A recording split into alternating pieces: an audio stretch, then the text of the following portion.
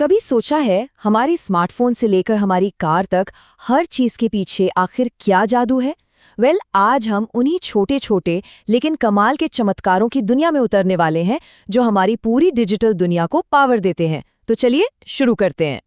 तो एक तरफ है सुपर कंप्यूटर जो कितनी मुश्किल मुश्किल कैलकुलेशंस करता है, और दूसरी तरफ एक सिंपल सा कॉफी मेकर।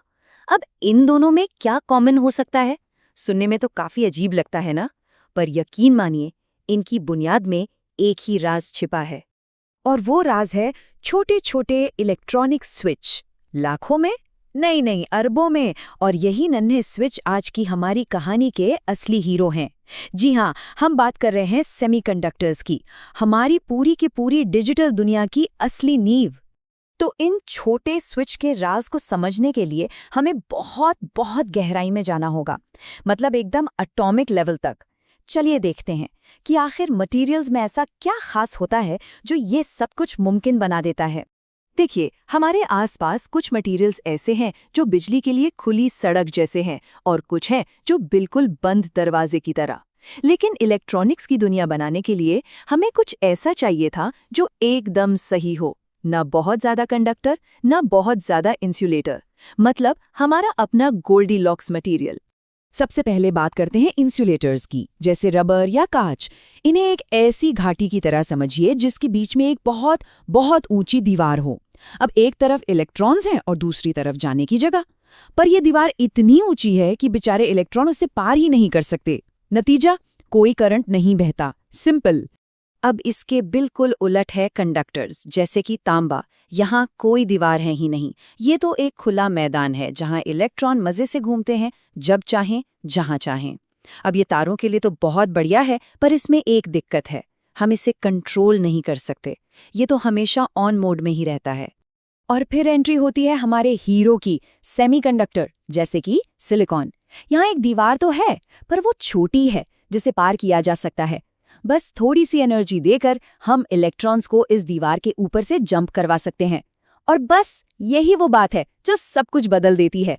अब हम तय कर सकते हैं कि करंट कब बहेगा और कब नहीं। कंट्रोल हमारे हाथ में आ गया।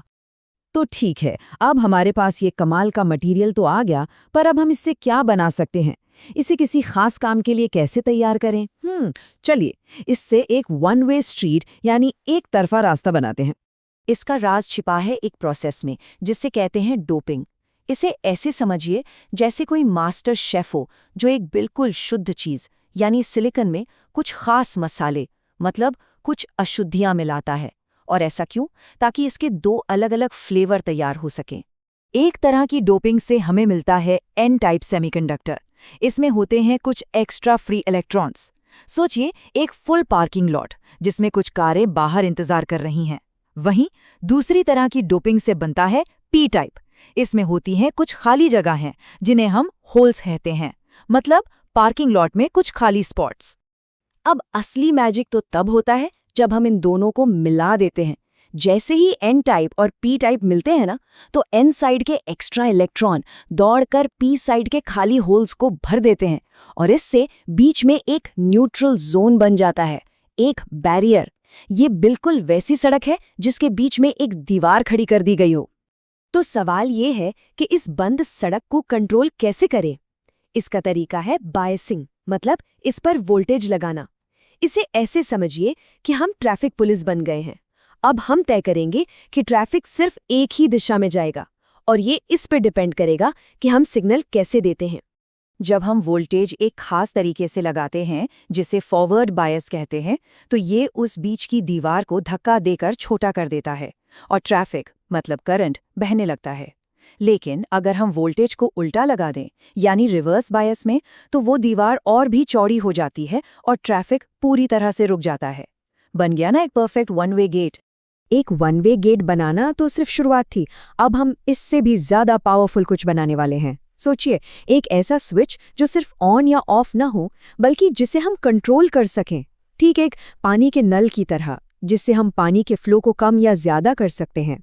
मिलिए ट्रांजिस्टर से। ये असल में सेमीकंडक्टर मटेरियल का एक 3 लेयर वाला सैंडविच है।